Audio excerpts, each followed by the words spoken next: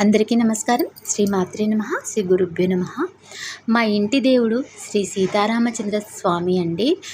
అయితే నేను గత 15 సంవత్సరాల నుండి ఒక పాటనైతే పాడుతూ వస్తున్నాను. నాకు మనసులో బాధ కలిగిన, కలత చెందిన, ఏదైనా నాకు కావాలి అని అనిపించినా ఆ భగవంతుడి ముందర నేను ఒక పాట పాడడం వల్ల నాకు నెక్స్ట్ డేనే మంచి జరుగుతూ వచ్చింది ఇప్పటివరకు కూడా.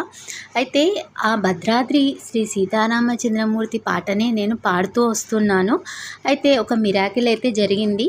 గత 15 సంవత్సరాల నుండి నేను పాడుతూ వస్తున్న ఈ పాట ఈ జనవరి 1 రోజు భద్రాద్రి రాములవారి యొక్క ఫోటో ఫ్రేము మా ఆప్తులు తీసుకురావడం జరిగిందండి.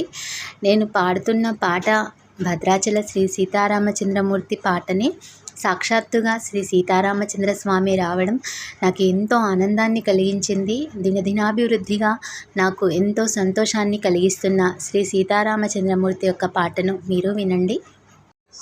రామ రామ రామ నీలి మేఘశ్యామ రావ రఘుకుల సోమ భద్రాచల శ్రీరామ మా మనసు విరబూసే ప్రతి సుమగానం నీకేలే కరుణించి కురిపించే నీ ప్రతి దీవెన మాకేలే నిరతం పూజించే మాతో దాగుడు మూతలు నీకేలా రెప్పలు మూయగ కొలిచాము కన్నుల ఎదుటకు రావేలా రామ రామ రామ రామ రామ నీలి మేఘ శ్యామ రావ రఘుకుల సోమ భద్రాచల శ్రీరామ.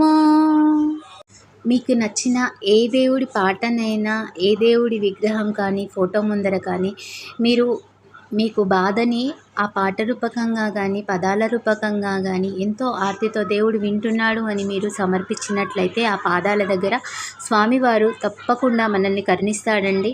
మనము మనుషులతో చెప్పుకోకుండా మన బాధని ఆ దేవుడి దగ్గర చెప్పుకుంటే మనకి తప్పక మంచి ఫలితాన్ని ఇస్తుంది అనేదైతే నేను సాక్షాత్తుగా నా స్వయం అనుభూతితో చెప్తున్నానండి. మనుషులను కాదు, దేవుడిని నమ్ముకోండి, మీకు మంచి జరుగుతుంది. శ్రీ మాత్రే నమః.